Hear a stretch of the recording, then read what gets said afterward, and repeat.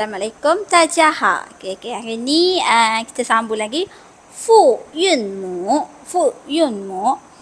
Okey, Fu Yun Mu ni adalah gabungan vokal dalam satu ni lah. Okey, macam kita tengok A dengan I, E dengan I, A dengan O ni, Yun Mu ni. A, O, E, I, U, Y. Okey, bila dia bergabung macam mana nak sebut pula? Mari kita pergi satu-satu. A, I, okay, I, dan ni A, yang ni Au,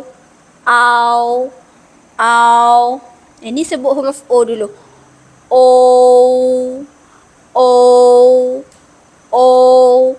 okay, kita ulang lagi sekali. I, yang ni A, yang ni Au, yang ni O.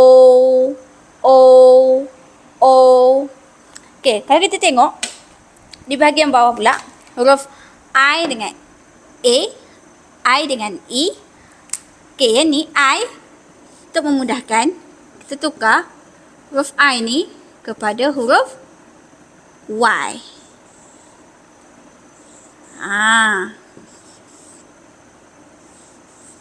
Jadi kalau awak nak sebut, awak sebut bukan sebut ya. Sebut ya. Ye.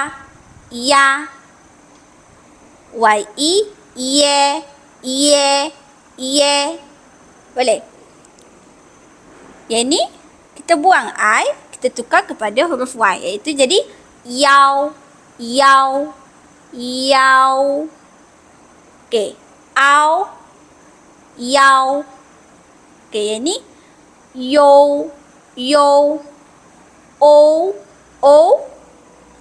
yo. Okey, kita ulang lagi sekali. Ya, ye,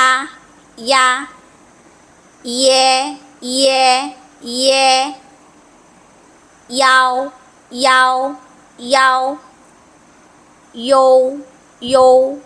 yo. Okey, kemudian kita tengok huruf U. Yang huruf U di depan, huruf U ni kita tukar kepada huruf W. Ya. Okey, huruf U ni kita buang. Kita tutup. Terganti dengan huruf W. Jadi, kita baca bukan wa. Kita baca wa. Okey, yang ni jadi wo. Yang ni pula jadi y. Boleh? Okey, yang ni jadi wei. Okey, kita ulang lagi sekali. Wa.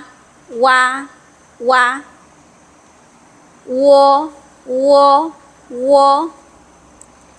Y.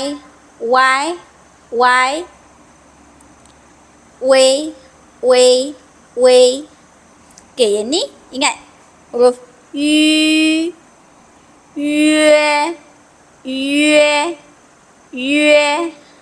Okey. Ni adalah Fu Yun Mu. I, A, Au, O, Ya, Ye, Wa, Wo, Yue.